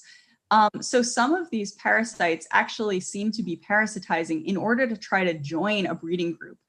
We have several instances where a female parasitized a nest 1 year, like wasn't part of the breeding group, but laid her egg in that group's nest. And then the next year turned up in that group as a breeder. So it might be that they're really just kind of trying to gain entrance to a breeding group. Again, just reflecting maybe the few reproductive options they really have. But there's another way you could imagine you could be parasitic. You could be part of a breeding group and then just not provide parental care, right? You could kind of cheat on parental care. And in the end, that's actually pretty close to a parasitic strategy. If you're a member of a breeding group, but then you cheat and hold back and let your other group members provide parental care, then you're still kind of taking advantage of the group as a whole. And so the question there really is, are all of these birds working equally hard? Is the workload as evenly distributed as reproduction is in these groups? We don't really know. We've only just started looking at this with banded, like individually marked birds and really quantifying carefully their contributions to each stage of the nest cycle. But my graduate student, Maria Smith, has some very intriguing preliminary data on a couple of groups that I wanted to share with you. This is just from a single group of 2 pairs. And what is shown in these plots are the relative contributions of each individual breeder in the group with respect to their expected contribution if workload were equal. So what this is showing is the proportion of a given task, either incubation or nest building or food delivery, that's done by each individual. And the dashed line represents what it would be if they were all contributing equally. It's kind of like the null expectation. And so there's some interesting patterns here. You can see some sex differences. For example, this male 1 in this group, does very little diurnal incubation, but that male does all of the nocturnal incubation. In greater ani groups, 1 male always sits on the nest all night long. If you sort of ignore the nocturnally incubating male in these groups, the other group members are all contributing to incubation. In nest building, that nocturnally incubating male is doing more nest building and one of the females is doing less, but both pairs are contributing and they're all participating to some extent in nest building. And then if you look at food delivery, it's pretty equal. Everyone is, you can see these error bars all overlap the null expectation. They're all doing about 25% of food delivery, which is cool. The patterns are different though, if you look at groups of 3 pairs. So if you look at diurnal incubation in a group with 3 pairs, the 3rd pair here is doing quite a bit less. The same is true for nest building. The 3rd pair is doing less of both of these things. And if you look at this, you might be like, okay, well, what makes this pair 3 rather than pair 2? Why is it pair 3 that's not doing much? The reason for that is, like I said before, these 3-pair groups typically form when one pair joins an existing 2-pair group. And behaviorally, there are differences. The 2-pair group is kind of the core. The 3rd pair is always kind of on the margins. We just don't see them at the nest as much. And that was one of the motivations for Maria to look at this, was to ask whether the 3rd pair is actually just, maybe they're just slackers, maybe they're cheaters, maybe they kind of are more like parasites. And when I saw these initial data, I was like, yes, they are. These guys are slacking off. They're not incubating, they're not building the nest. But if you look at food delivery, that pattern no longer holds. Once the nestlings hatch, all the group members are contributing to food delivery. If anything, these other guys are doing a little bit less, but the 3rd pair is pulling its fair share. That 3rd pair, even though they weren't around for incubation or nest building, they suddenly turn up once the chicks hatch and they can start delivering food. And I think that might be because if you think about, especially something like incubation, only one bird can incubate at a time. Having a whole bunch of birds incubating doesn't help you that much. Food delivery is a totally different story. Having more caregivers delivering more food to the nest is beneficial. Similarly, for predation and nest defense, we don't have the same kind of data for nest defense that we have for these behaviors. But if you look at the evidence I showed you before, the relationship between the proportion of nests that are depredated and total group size, there's at least circumstantial evidence here that the 3rd pair, that the birds numbers 5 and 6 in these groups are turning up and they are participating in nest defense. At least that's what this pattern would suggest. So clearly this needs to be confirmed with, you know, the same kind of individual level data that we have for the other groups. But I think that overall, the moral of the story here is that all of these birds are actually contributing. We don't really see good evidence for cheating or for slacking yet. And I think at the end of the day, I'll go back to what I said in the beginning, which is that these birds' direct fitness interests are pretty strongly aligned. I think if you look at, this is just showing 2 females, but the same would be true if you plotted a 3rd female on here. If you look at the correlation between the number of offspring that one female produces in a nest and the number of offspring produced by the other female, it is a very tight correlation. It's hard for one female to do really well in these groups if the other female doesn't. Same for pairs. And I think to a certain extent, that is why we don't see too much cheating or slacking off in these groups, is that they all have direct fitness interest in the clutch. And so if they hold back on things like provisioning or nest defense, they're really damaging their own direct fitness as well. So in conclusion, sorry this has gone so over time, and I apologize for those technical problems at the beginning that has led us to this point. But in conclusion, you know, thinking back on the question that Dan Bloomstein asked about marmots last week, you know, why be social? Why are there so many ways of being an Ani? I think the big takeaways I've gotten from thinking about these trade-offs is that life history is really important. There are trade-offs between things like clutch size and fecundity and longevity and reproductive output. And you kind of have to consider those when you're looking at social evolution. The social system itself can be incredibly complex, but the ultimate drivers of that complexity are really similar across species. It's predation, food availability, and competition. You really get back to basic ecology when you're thinking about the ultimate selective pressures that are driving all this complexity. The second is that even in the so-called stable tropics, the world is really unpredictable. If you could be sure that the world would be the same tomorrow as it is today, you could come up with an optimal strategy. There'd be a stable equilibrium and everyone would do the same thing. But it's not. And I think that unpredictability is in a large part responsible for why we see this diversity of social behaviors.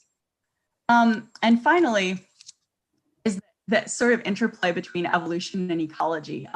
This is a quote from Evelyn Hutchinson about the evolutionary play and the ecological theater. But what I really mean by it is that the social consequences that we see, the sort of effects that individuals have on each other in these groups through their social behaviors, those social interactions play out against an evolutionary background of constraints, of physiology, of life history, of reproduction.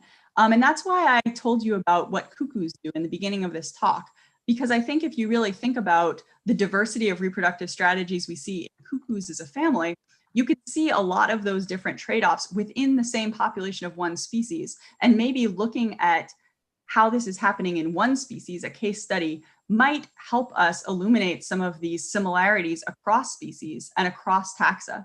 I think that's really the frontier. That is, it was probably the frontier in 1960. It's probably the frontier today. But I think sort of putting ecology and evolution together is something that we're going to continue to wrestle with. Okay, with that, I will just thank mostly my lab members for being so inspirational and providing so much of the data and ideas for this talk. And I'll especially thank Eduardo and Karsten and Lauren for organizing this, and I'll be happy to discuss for the remaining half hour we have. Thank you very much, Christy. Very exciting, lots of information to digest and ask you questions about. So I propose that we go straight to that. There you go, you stop. So I see already. So please, like I suggested, we have a question from Karsten. Questions are coming in. We should be asking for donations, and they're coming in. So Karsten, let's go to it right now. You're first. Yes, thank you for a very fascinating, interesting talk. I have so many questions. It's so interesting to see how this develops. I have two questions that are related. The first one, probably the answer must be no. You never have a group of 6 birds that consists of 2 pairs and 2 helpers, which would be very interesting to understand the trade-offs. Otherwise, I guess you would have shown data from such groups. And the second question is the question, why do you sometimes have groups of 2, sometimes of 3 pairs? Are the pairs of similar age, and is it possible that in El Niño years, when there's a lot of recruitment, afterwards there are more birds around, and then it's more likely that groups of 3 pairs come into existence than after other years where there's less recruitment? Right, those are great questions. With regards to the first, we actually have, I think, at least 1 or 2 instances of a group of 2 pairs with 2 helpers. But we don't have terrific data on them, and it's such a small sample size that I didn't really include them here. I think, you'd predict, based on the patterns of the importance of helpers, that a group of 2 pairs with 2 helpers should do really well because they have only 1 co-breeder to compete with, but they have a bunch of extra caregivers at the group. So you'd think they would do well, but I don't really know. With regards to the second question, okay, you mentioned a couple of things. One of them is age of the birds. That is a really hard one to get at because they're longer lived than this study is. And so we don't know the exact ages of most of these birds, but there is certainly a correlation between group stability and age that just sort of emerges automatically. You know, groups that have been together longer are kind of by definition composed of groups that have, of individuals that have been alive for that length of time. We don't see a huge effect of climate on the distribution of group sizes, though, which I think is the other thing you asked about. For example, following La Niña years where there's high recruitment, we do not see a concomitant increase in the proportion of groups that consist of 3 pairs. The distribution of group size seems to be pretty stable. You would expect you'd see more helpers after a year with high recruitment, but interestingly, remember that a lot of the helpers in this population are unrelated. And so in a breeding group, you have not only potential helpers that are offspring from the previous year, but you also have unrelated individuals that can join the group. And those can be of any age. Sometimes they're young birds, but sometimes they're old birds. And so we don't see like a huge correlation between climate and either the distribution of group sizes or the incidence of helpers across years. Thank you. Our next question is from, very, very quickly, if you can introduce yourself, just say affiliation. Next question is from Sari Van Bell. Hi, I'm Sari Van Bell from the University of Texas in Austin. I have a weird sound going on. I very much liked your talk, very interesting to learn about these birds. Could you potentially give more information on how these groups are actually formed? I mean, you use the verb join, but how aggressive is it? To what extent can the pairs already in the groups kind of reject or accept other pairs, or just helpers, which one would expect they should be more willing to accept? Great question. Your intuition, I think, is correct. Behaviorally, we see that group 2 pairs often will reject a third pair that tries to join the group. We see this with pairs. We also see it with extra group individuals. For example, I mentioned that sometimes parasites will try to join a breeding group. So they're only parasites because the breeding group doesn't allow them to join the group. So we do see that the group does seem to have some control over who they allow to join and who they don't. With respect to helpers, also, as you sort of intuited, groups seem to be much more likely to accept helpers than to accept a pair. Presumably, they're perceiving a threat of having a breeder coming into the group and competing with them versus just a lone individual that will provide food and not try to breed. I think something else that you mentioned. Oh, with respect to joining the groups and how they actually form in the first place. Rarely we see a group, a 2-pair group with a third pair that tries to join during the breeding season. More frequently, what we see is that before breeding even starts, in these non-breeding aggregations, which are looser and are a little bit more fluid than the breeding group identity, in the non-breeding season, we see these communal roosts where lots of different birds will interact, including floaters, helpers, offspring that haven't found a breeding position yet, young birds, and breeding groups. So I think a lot of those dynamics play out before the breeding group even starts. And then once the breeding season starts, we see some really fascinating interactions with birds trying to join groups and being repelled, trying to insert an egg into a group's nest and then trying to join and being repelled. So we don't know everything about it, but there's some evidence that the group members do control over who joins the group. Not always. Thank you. Next question is from Filippo Aureli. And we really want to hear from also our young colleagues and students. So please don't be shy and just get your questions out. Filippo. Yeah. Thank you very much, Christy. It was a fantastic talk. I really enjoyed. I was aware about the system, and I actually use this system as one of the examples in a course on the animal social system, but I don't use your species. I use the Curr Biol Ani. And my first question is that I'm sure you are more knowledgeable than me on Ani, even on the Curr Biol Ani, if there is a difference between the two species, because the study that I actually discussed in the class is talk about dominance between the females. And with the subordinate, they lay first and more eggs, and the dominant lay last. And with the final count on egg laying out is that the subordinate lay 7 eggs, and the subordinate on average lays about 5.8, the third one. And then the success is basically the other way around. Is only 3 eggs are incubated by the subordinate, let's say the first animal that lays eggs, and 5.8 by the third. There is a second individual in between. So there are 3 females laying eggs in this particular study. You think that subordinate dominant are just used as a first and third, but there's no actual dominance? So another year, as you mentioned, will change, or in this species, the situation is different?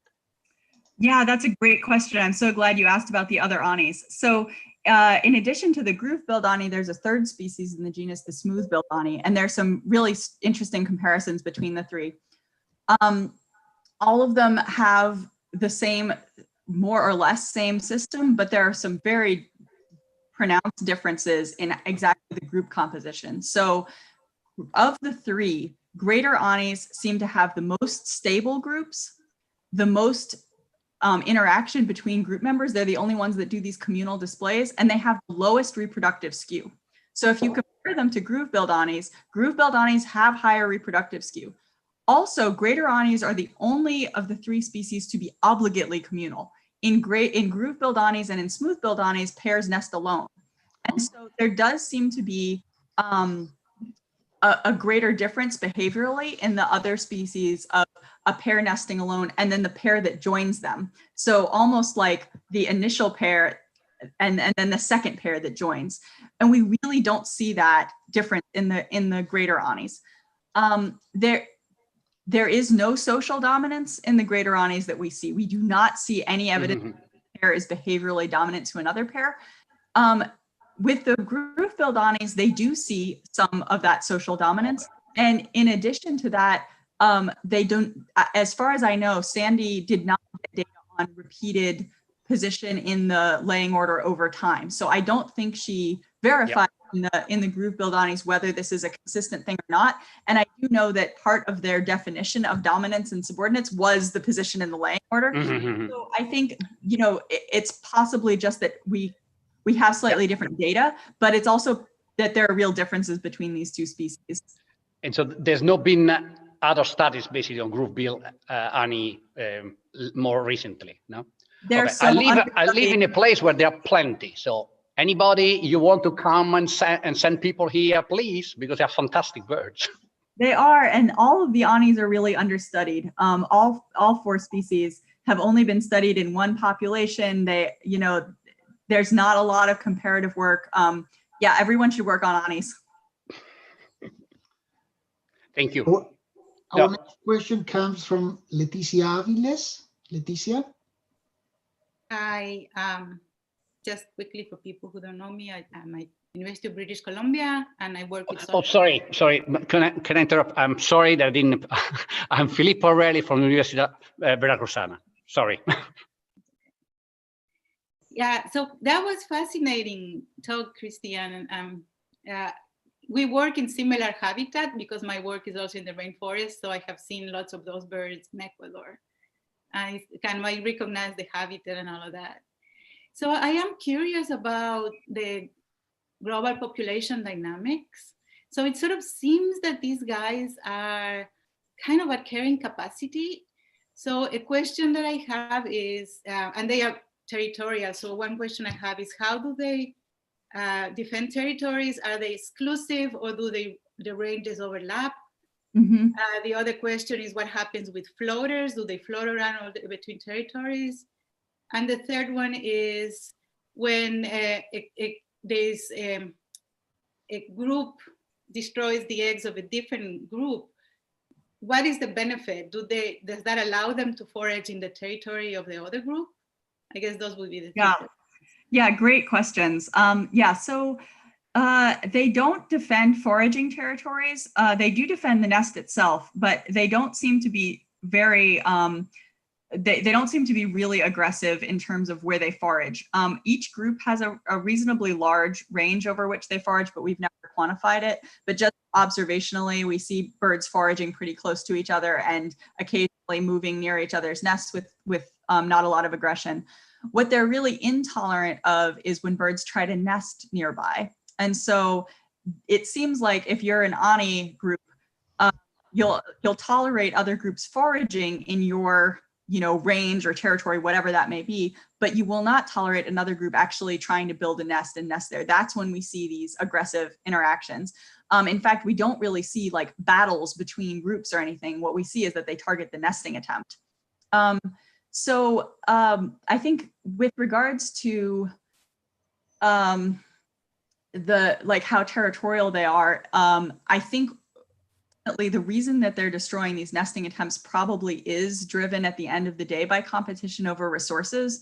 They're not, it doesn't seem to be driven by like competition for a nest site itself. It's not like, you know, these are not cavity nesters. It's not like there's one particular spot where one group tries to evict another group, but they do seem to be intolerant of other groups nesting nearby. And I do sort of suspect that that is because they don't want the additional resource competition of having another group raising young too close to their own group. That having been said, they do tend to nest in sort of loose neighborhoods, in loose clusters, not right next to each other. They're not colonial by any means, but neighboring groups often are sort of clustered where 4 or 5 groups are in the same area and they're kind of in like vocalizing distance of each other. And we know from the data on parasitism, as well as this accidental experiment we did by putting out these fake nests, we know they keep really close tabs on each other. So I think you ask a very interesting question about, you know, what are really the dynamics between different groups.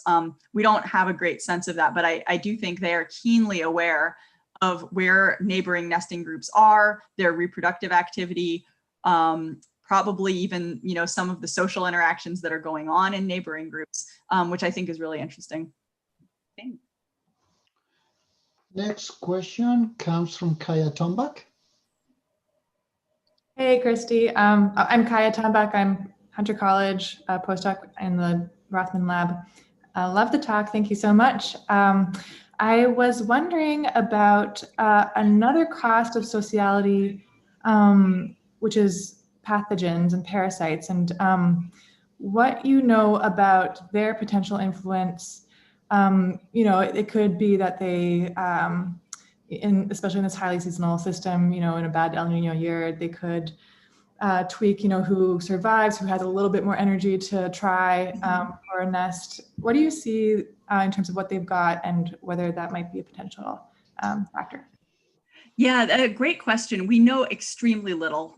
We really have never quantified parasite load or anything like that. They're full of worms. Every dead adult we've ever opened up is full of worms. The nestlings get all sorts of feather mites and nasty things. So far, I don't, like, my intuition does not suggest a huge effect of group size once you're already in a group, like adding another pair or adding an extra few nestlings. I don't really sense that that would somehow suddenly increase the parasite load a lot, but there's definitely the possibility that, as you said, you know, just individual condition could really change some of these trade-offs, especially with reproduction. If you're an adult infected by something, it's harder to lay all the eggs you have to lay in a given season to get through it. So yeah, just not a lot of data. Or it could be a force that selects for great group stability, for example. Yeah, cool. Well, hopefully that there's some work done on that in the future. Thank you. I'm next. So, well, yes, of course. Thank you for a wonderful talk. And yes, even when you were saying that maybe your study is not long-term in the way we've been talking about it, you have better proxies for potentially important evolutionary outcomes and many, many more units of those proxies than we do with primates. I mean, your number of nests, your number of subjects of eggs, and laying every year. So I noticed that you have had, and like most of us over the years, have had a heavy reliance on trying to look at those data through this statistical significance lens. And you went, I mean, there was too much data for me to process, and we can talk some more later. But for some of the slides, I was thinking if you could really forget about that, really throw away statistical significance and do some modeling where some of these differences that you are sharing with us, say, for example, in the average number of chicks fledged by 2 pairs or 3 pairs, if you combine those data you have with some of the things you're learning in terms of longer scale phenomena, you could really try to do some modeling to see the extent to which these are important differences or not, regardless of statistical significance. I mean, what would it take? How long should El Nino event happen? Is it 5, 10, or 30 years? And model the projections of when these populations may be at risk because the cumulative effect of having a third of a fledgling more than the other one will really bring the population to a collapse. So really, if we were, you do have the data on climate and rainfall, and you have the lanes. So really look at those apparently small effects on a yearly basis as they would carry on over long times to see if they are in fact small. Because some effects, I mean, they were like a third, a 33% increase in the average fledgling. Well, we're looking at vaccinating the whole population for effects that are smaller than that. So I just encourage you to really look at these changes in this number of eggs or fledglings, etc., over a long time, regardless of what the differences may be in terms of statistical significance. Yeah, I definitely agree. I mean, I think that for some of these questions, modeling may be the only way to get at them. One of the things I've been interested in for a long time is this question of conflicts of interest between group members. And, you know, when should you, if you're a two-pair group, when should you allow a third pair to join? If you're a third pair, when would you join a two-pair group, and when should you try to establish a new breeding group? Those are things we're never going to really be able to get enough data on in the field to know about these birds' outside options. You just have to make assumptions, and you have to say, okay, given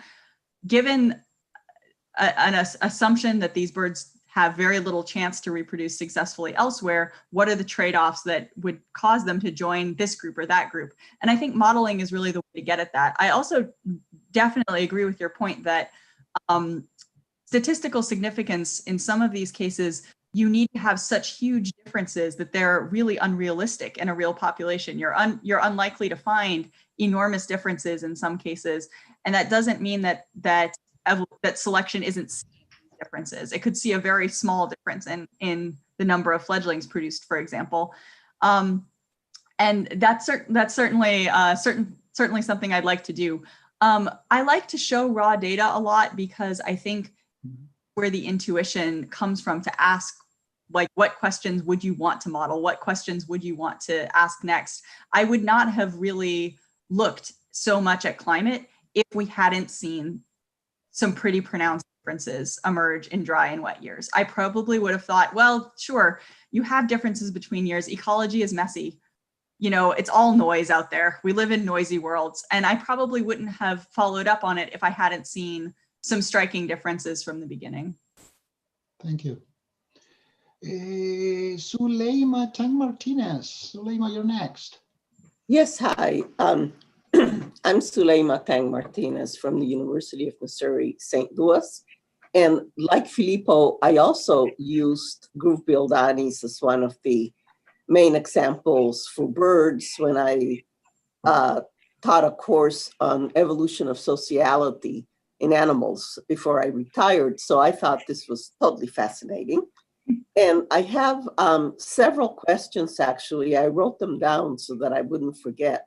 One is, how are new groups formed? And are there new groups that form, or do you simply get like modifications of existing groups?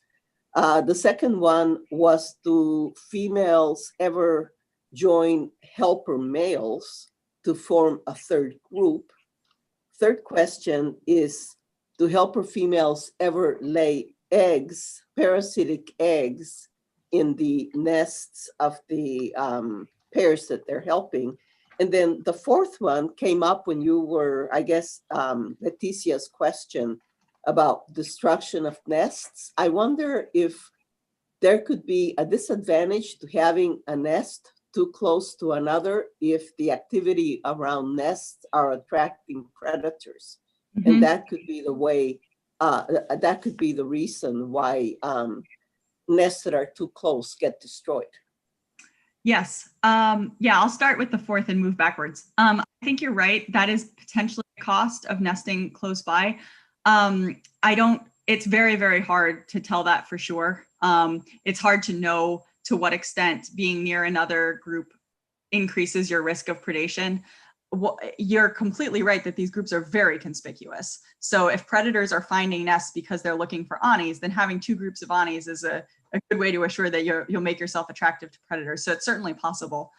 with regards to group formation, new groups do form sometimes. And we suspect that in many cases, these are pairs finding each other and establishing a new group. At some point, this has to happen, right? We do see it happening in the population.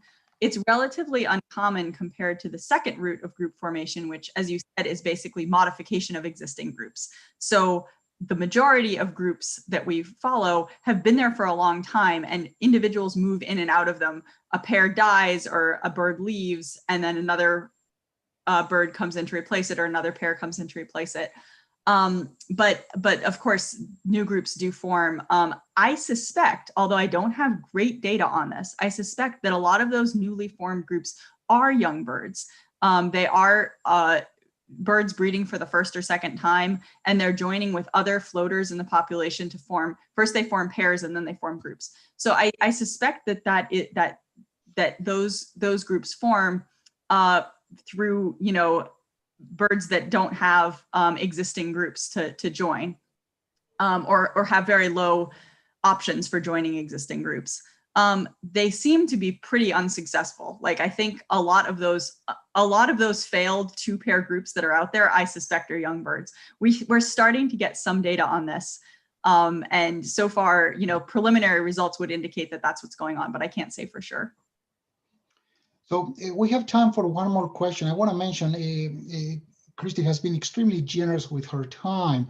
After finishing this, she has 6, you heard well, 6 half-hour meetings with 6 of us. So I want to take one question that comes from our YouTube colleagues, and after that, we'll give Christy like a 30-second break before before she goes on to the marathon of half-hour meetings. David? Hi, so I have a question from the YouTube live stream coming from Jingyu. Jingyu wants to know if during an El Nino season, when one pair in a 2-paired group decide not to reproduce, will the other pair in that group reproduce, or how do they make those decision makes? Does that, you know, they such a disrupt the good whole? question. Yeah, such a good question. We have seen this happen several times. It's rare, but you know, it's happened 5 or 6 times where one female starts laying and the other female in the group never starts and just ejects eggs. And usually what happens is that the second female ejects eggs, and then at some point does decide to lay, and so the group starts laying eventually. It might be delayed. There's sort of like a first nesting attempt where only one female lays, and then a period of days or weeks where presumably both females are getting into reproductive condition, and then they lay successfully. But sometimes we see groups where one female starts laying, those eggs are all ejected, and the second female never starts laying, and the group just skips reproducing in that year. Well, thank you very much to everyone. I want to remind you, next Tuesday, we're going to hear from somebody. We can quibble about whether she has had a system that's been studied long-term or not. But we will take no arguments around the fact that she studied hyenas longer than anyone else. So Kay Holcomb will be sharing with us fascinating information about the hyenas she's been studying. My guess is probably, what, 30 years or so. So we look forward to seeing you all on Tuesday. Christina, please feel free to go. If some of you want to hang out, we can, but our speaker needs to go meet with the students that she's meeting. So thank you so much. Thank you all, and we'll see you on Tuesday. Thank you all. I enjoyed this very much. Okay, I don't know if anyone has anything to say or do. If not, we can all take a well-earned break. I see people leaving. Okay, so thanks, Eduardo. Can I ask one more question? Not about, if it is not, as long as it is not about Annie's, you can, or you can still ask a question about Annie. We won't answer it, but well, it was a question that Christina forgot to answer. Whether it'll be really quick, whether helper females ever lay parasitic eggs. Would that count as a parasitic egg if they're going to help? Sorry? Would that count as a parasitic egg if they're helping? That's the question.